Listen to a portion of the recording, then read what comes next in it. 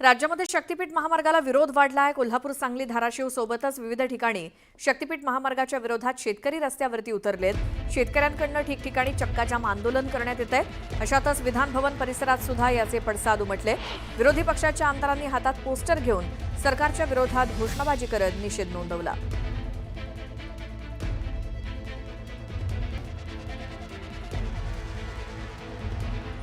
कोल्हापुरातली ही दृश्य आहे। थोड्या वेळापूर्वी राजू शेट्टी यांच्या नेतृत्वाखाली हे सगळे शेतकरी पुणे बेंगलोर महामार्गावरती ठिय्या मांडून बसले होते। चक्काजाम करण्यात आलाय। शक्तीपीठ महामार्ग नको यासाठी शेतकरी रस्त्यावरती उतरलेत। त्याचे पडसाद आज विधान भवनात देखील उमटले। अधिवेशनाच्या वेळी अनेक विरोधी पक्षातले आमदार हे हातामध्ये असे बॅनर घेऊन उभे होते। विधिमंडळाच्या पायऱ्यांवरती आंदोलन करत शक्तीपीठ महामार्गाच्या विरोधात। आणि त्याचवेळी राजू शेट्टी यांच्या नेतृत्वाखाली आज कृषी दिनाच्या निमित्तानं ज्या भागातनं हा शक्तीपीठ महामार्ग जाणार त्या सगळ्या जिल्ह्यातले शेतकरी आज रस्त्यावरती उतरून आंदोलन करतायत शक्तीपीठ महामार्गाचा विरोध करत। रस्त्यावर उतरलं काय करणार? शेती जायला म्हणलं तर काय करायचं? शेतकऱ्यांनी खायचं काय? म्हणजे शेतकरी भिकारी लागायची पाहिजे या सरकारने लावल्या। शेतकरी चेष्टा करायचं, शेतकरी चेष्टा शेतकऱ्यांची करा, शेतकऱ्यांची हे सरकार चेष्टाच करायला लागले। शेतकऱ्यांची मारायलाच बघायला लागले। या सरकारला करायचं काय? या सरकारनं असं करायला काय राहणार काय? शेतकरी कुठे जाणार काय? आणि या सरकाराचं असं जर करत असेल तर शेतकऱ्यांचं वाटूळ करायला। आमची शेती जाते सगळी म्हणून। किती जाते शेती? 5 एकर। सरकारमध्ये खरं विकासासाठीचा हा रस्ता आहे। विकासासाठी कुणाच्या जास्त शेती आहे त्यांच्यातनं घ्या आणि करा तिकट। आमची याच्या अगोदर ऑलरेडी 1 एकर गेलेले आहे रस्त्यात, राहिले 5 एकर। ती बी आता सरकार काढून गेले। सगळीच जाणार आहे? सगळे जाणार आहे। 1 गुंठा पण राहत नाही। आमच्या पोरांनी घर बांधायचं म्हटलं तर नाही। आणि त्या जमिनीवर 8 ढोरं आणि 8 माणसं आम्ही जगतो।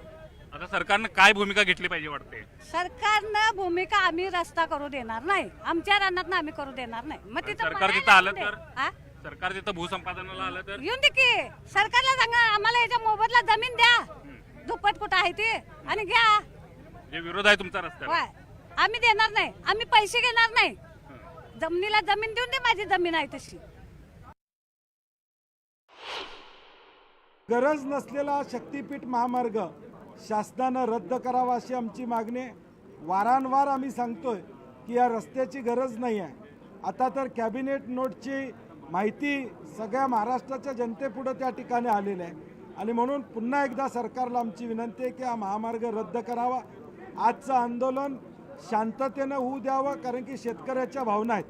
नोटीस देऊन तुम्ही काय करणार आहात? 1 दिवसाची नोटीस द्याल, परंतु कायमस्वरूपी जे आमच्या जमिनी तुम्ही काढून घेणार आहात त्याच्याबद्दल या ठिकाणी तुम्ही काय बोलणार आहात का नाही?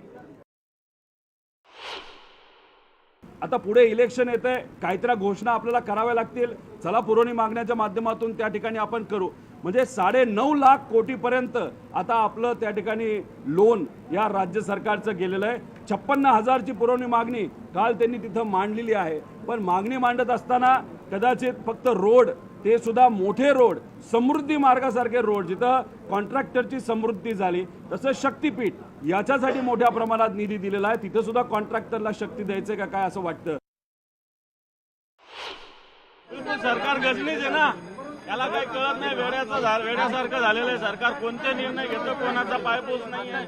आज एकीकडे राज्यावर 9,10,00,000 कोटींचं कर्ज असताना मला वाटतं असे महामार्ग करणं बरं। महामार्ग रस्ते आवश्यक आहे, परंतु ऑलरेडी नागपूर रत्नागिरी महामार्ग आहे उपलब्ध। असा असताना असा मार्ग मला वाटतं आवश्यक नाही। तर शक्तीपीठ महामार्गाविरोधात राज्यातील ठिकठिकाणी शेतकऱ्यांनी आंदोलन केलं। परभणी, धाराशिव, सांगली सोबतच सोलापुरात सुद्धा शेतकरी आक्रमक झाले। शेतकऱ्यांनी शक्तीपीठ महामार्गाला तीव्र विरोध केलाय। धाराशिवमध्ये तर शक्तीपीठ महामार्गाच्या विरोधात सोलापूर छत्रपती संभाजीनगर राष्ट्रीय महामार्ग शेतकऱ्यांनी अडवून धरला। कोणत्याही परिस्थितीत शक्तीपीठ महामार्ग होऊ देणार नाही अशी भूमिका स्थानिक शेतकऱ्यांनी घेतली आहे।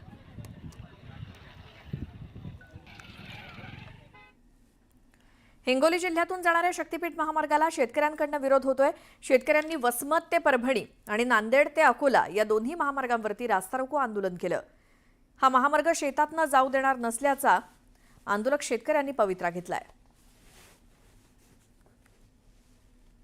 नागपूर ते गोवा जाणाऱ्या प्रस्तावित शक्तीपीठ महामार्गाच्या विरोधामध्ये जे आहे ते राज्यभरात आज आंदोलन सुरू आहे आणि हिंगोलीमध्ये देखील नांदेड ते अकोला जाणाऱ्या राष्ट्रीय महामार्गावरती आंदोलन झाले आणि आता वसमत ते परभणीकडे जाणाऱ्या या महामार्गावरती शक्तीपीठ महामार्ग बाधित जे शेतकरी आहेत ते शेतकरी मागील अर्ध्या ते पाऊण तासापासून जे आहेत तिथं रस्ता रोखून धरलेला आहे. हे सर्व शेतकरी जे आहेत ते वसमत तालुक्यातील आहेत. वसमत आणि कळमनुरी तालुक्यातून हा महामार्ग जातोय आणि त्यामुळे शेतकऱ्यांचा विरोध आहे. 2 दिवसापूर्वी शेतकऱ्यांनी मिटिंग घेतली होती आणि त्या मिटिंगमध्ये ठरलं की महामार्ग होऊ द्यायचा नाही आणि आज आपण इथं आंदोलनाला बसताय. काय नेमकी मागणी, महामार्गाला काय विरोध आहे? हा महामार्ग शेतकऱ्यांचे घर आणि संसार उद्ध्वस्त करणारा महामार्ग असून या महामार्गाची शेतकऱ्यांना कसलीही आवश्यकता नाही, कोणाची नाही. फक्त केवळ आणि केवळ बिल्डर आणि व्यावसायिकांचे भलं करण्यासाठी हा महामार्ग चालू करण्याचे काम सरकारद्वारे करण्यात आहे. आणि आज कृषी दिन आहे, महाराष्ट्र शासनाचा आज कृषी दिन आहे आणि कृषी दिनाच्या दिवशी जर शेतकऱ्यांना असं आंदोलनाला बसावं लागत असेल तर या शेतकऱ्यांवर काय वेळ आलेली आहे ते आपण सर्वजण पाहू शकता. आमच्या जीवाची जीवाचं दान होईपर्यंत आम्ही जमिनी कसल्या. आज आमचा जीव जरी गेला तरी आम्ही ह्या जमिनी सोडणार नाहीत.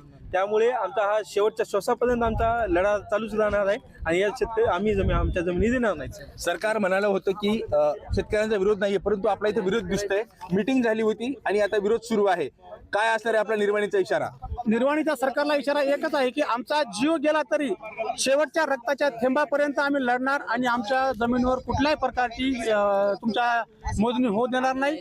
आणि गेल्या 1.5 वर्षापासून आम्ही तुम्हाला निवेदन देतोय, आंदोलन करतोय, मोर्चे नेतोय, तरी तुम्ही म्हणताय की फक्त कोल्हापूर सांगलीमधून विरोध आहे, इतर तालुक्या जिल्ह्यांमधून विरोध नाही. सध्या पाऊस सुरू झालाय तरी देखील हे आंदोलक शेतकरी जे आहेत ते उठायला तयार नाहीत आणि एकंदरीतच शक्तीपीठ महामार्ग विरोधातले आंदोलन इथं तीव्र होताना दिसतंय.